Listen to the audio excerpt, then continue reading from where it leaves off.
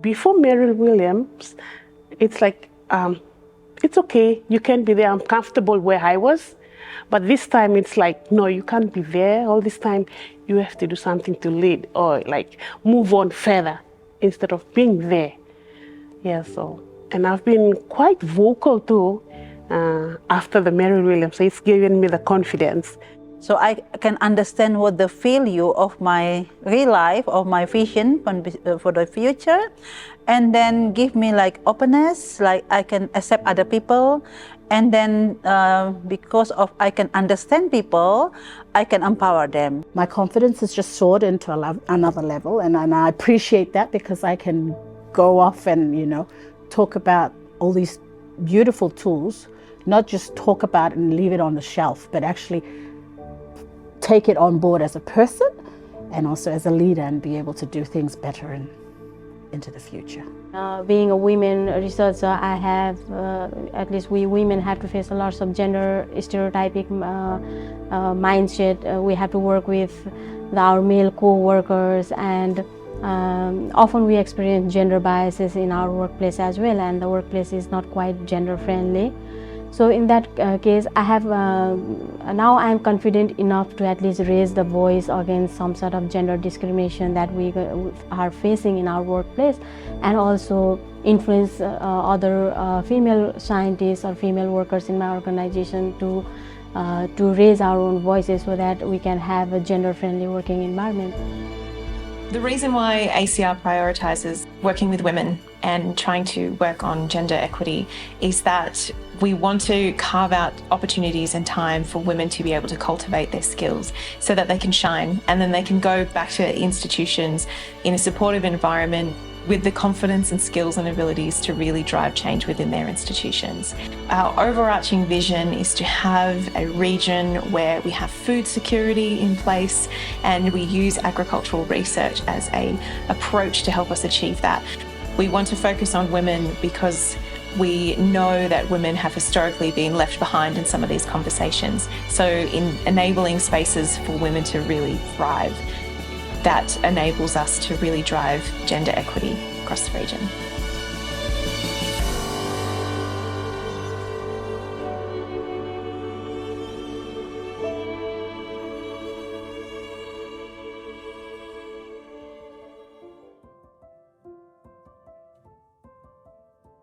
This leadership training and how it's provided me with a gender lens on how to progress my work, it has made me realize that my work could be so much more impactful in the gender space.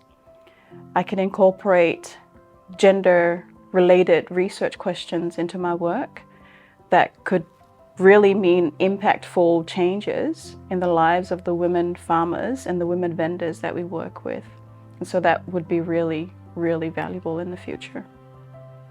In terms of the relationship between me and my family, my immediate family members, I went back and made us sit together and study and learn the different values that we characterized within a family. So we learned to appreciate each other's contributions.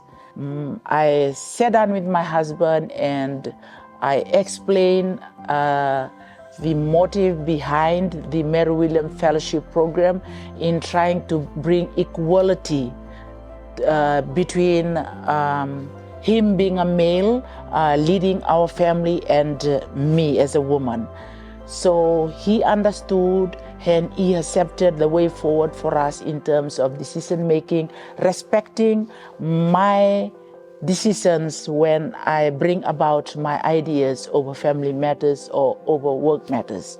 In my case, I shared most of the concepts that I've learned with this Meryl Williams Fellowship program in my community and plus where I worked with the agriculture farmers. I make sure that they have a feelings of playing an important leadership role within their own individual lives. And I believe that I will be making an impact in terms of seeing themselves as being a leader in their own ways, and thus will enhance the agricultural production in Fiji, where most of the contribution from the females tend to be ignored. Helpful would be like an understatement, but like I said, like I'm at the point in my life where I'm in more senior roles, and the Meryl Williams is something that has just come in good timing. That, you know, as I'm working in my role, I also take along with me what I've learned here, and I'm able to kind of apply it at the same time I'm in the role that I'm in. Yeah, it's a great opportunity for young women like myself to be a part of. And I think one of the things that Meryl Williams have done for me is, you know, we work in leadership roles in one way or the other. We come across these things that we've learned, not in, you know, not by training, but by just going through them with experience. But the fellowship, you know, puts a name to it. Like, you know, like we're always working with people, with partners, and we didn't know that there was such a thing as partnership brokering, you know, and the approaches that you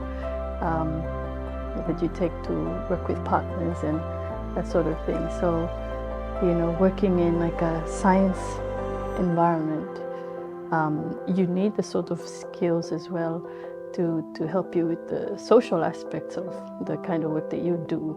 And so I think Meryl Williams have equipped us with that sort of thing, that we need to be able to be more effective in our social relationships, like partnerships and managing partnerships. So currently my main constraint is I don't see more women leaders in my workplace, and that generally influenced me being as a leader. So when I had working in my home country, I tend to have a belief that it was just the social norms or the constraint that is only in my country. But when I came to here and work with the other mentees and our mentors that are from different countries, I realized that the most of our challenges are similar, and by sharing and through the greater network and sharing my challenges and listening to the experiences, and that will lead towards my risk mitigation strategies that I'm going to implement to my countries.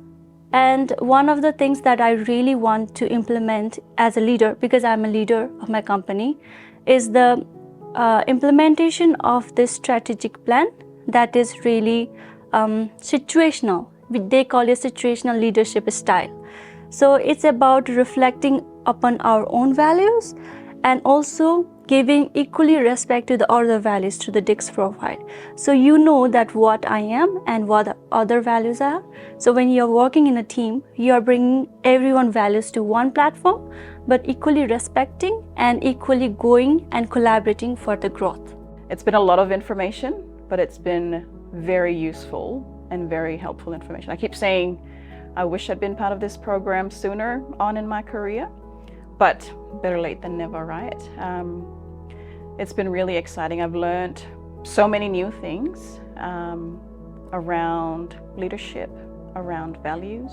In my work at SROS, I do a lot of partnership brokering, which is a term that I just learned about here in the program. And it's something that I didn't realize I was doing, but now I know it is really something important. It's important in building partnerships with different people, different institutions. And now I've got a new skill set from the program to be a better partnership broker. We all have our own unique, beautiful self. And it's a matter of appreciating and having confidence in what you have, what you can share, and being open to others' ideas. I think that's what the whole program is about. To be a leader means dealing with all kinds of people. To be a leader doesn't mean you're the only person who knows what's best for the group, but to be a leader means to listen to others. And sometimes, because you get to be the senior in the organization, sometimes there's a tendency that you think you know what's best for the organization. But being in this fellowship means that you also need to listen. Everybody's idea is as good as yours. Learn to listen to them, value their opinion, value their suggestion. So, young or old, we all have our stake in the organization. We all have to contribute the best of us to the organization. I know better in myself. I know how to be the good listener. And I know better how to help other people that they need my help. Yes, I think it's a really main thing that I achieve, and it's a high impact for me right now, and it could be very useful in the future when I back home and with my duty and responsibility. Yes. Got that small grant. We call the small grant for small research during the COVID-19, and that was the big impact for my professional development, because this is my first, I think it's my first research, even though it's small, but it's my first research. And I just finished the publication for the early of this year, which is, I can say that it's very huge or very successful achievement that I have made so far since I joined Meryl Williams. Before that, I used to work only in the one provinces, which is about 7 districts. And now I have worked more about 10 districts that I'm working with. Through the fellowship, I got a chance to have public diplomacy grant from Australian Embassy, and we were able to train 60 women farmers that is directly related to my project of essential oils. So now they are acting as a farmers that will grow the native herbs. So we actually got a small grant. And through the mentors, now we are moving to the next phase of larger scale of production. So we applied for the ARSF project. We developed a bigger proposal where I got different feedbacks from the mentors. They have diverse background. So they actually helped me to develop the proposal and understanding the needs of the ARSF, what we need to deliver. So it's like exchanging the values and delivering it at the right time with the exact amount of money we needed. So that really helped me to secure another grant that is from the ARSF through this fellowship. It has been like building me up, boosting my capability in doing research, especially in writing up proposals and acquiring projects. So this has led to the ARSF project, which I did on modeling the distribution of garlic nut. And this is leading on to another project which I am embarking on with the IFAD project. They will be funding it probably early next year. It really feels good, you know, I mean, motivating, inspired.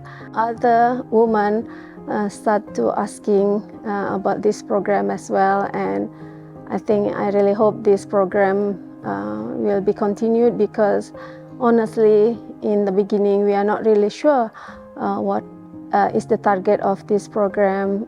It's not really something easily measured or like directly have a goals like usual one, but it's really something very special. Personally, I think I'm empowered, so my confidence really improved a lot. And last 3 years, including the COVID lockdown, etc., we all as a human were quite distressed, and our confidence also in ourselves were going really all sorts of strange directions. So it is like a life-saving thing for me. From personal perspective, this fellowship really brought into, all human beings go and overcome all kinds of challenges in our life, and having all this bigger group, bigger network, being part of this bigger community helped me to realize that I'm not alone. I'm part of the big thing. So I'm so happy. At the beginning, when I applied for the Meryl Williams Fellowship, I wrote in my application that I wanted to build networking. That's the first things that came across my mind, building a networking. Apart from working for the minister, I also do run a small company. I work in producing seedlings, plant seedlings, industrial tree seedlings. So one thing that I came across my mind was like, okay, I need to build networking with this wonderful women in the group, because they came from different backgrounds. We have a genetician here. We have people with specialty in soils. We have people who really good in management. We have people who really good in leader the project, and some of them working in the same areas I did back in my country. Some of them are really running a company as well, a small company. So this is very good for me to be in. And then, yeah, building networking, it's what I aim for, apart from other things in this Meryl Williams Fellowship. It's really great to learn from other cultures. It was really a nice opportunity to learn from them, and of course to not just to forge collaborations or network, but to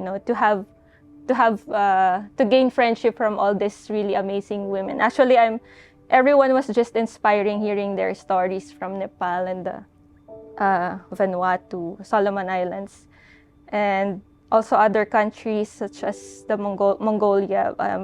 It's really inspiring to hear their stories on how they thrived in their organizations or on how they cope up with the challenges. And I'm just thankful that I have the opportunity to join this fellowship. Of course, I'm grateful to the facilitators from UNE and the International Development, as well as ACIAR, for having this really great program for women. It was big wow for me. It's massive wow for me to see different of women who working in agriculture. That before I come to Meryl Williams, I thought there's a lot of women are working in agriculture, doesn't have that much kind of relationship or the networking together. But come here, I can see that how women have empowered each other and connect to each other. And with this program, we are very much close to each other, like family and sisterhood. And this time is very much more like family environment for us. We see each other, we laughing together, we share and we cry. And of course, this kind of sisterhood thing is hardly to happen. And very proud, all of them, to work with the agriculture in their own country, where they can empower more women and use their knowledge into action for rural development, which is I'm very, very proud to be part of this fellow and to become a fellow myself for the Meryl Williams program.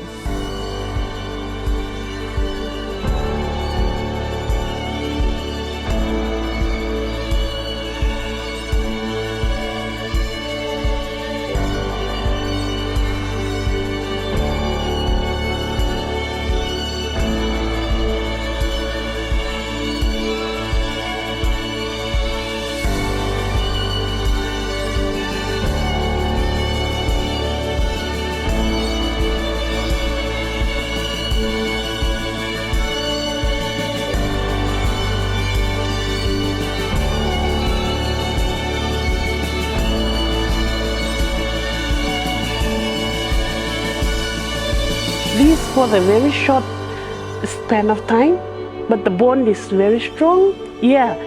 So when we are together, we are happy, and maybe the leaders of next era. I don't know. Yeah.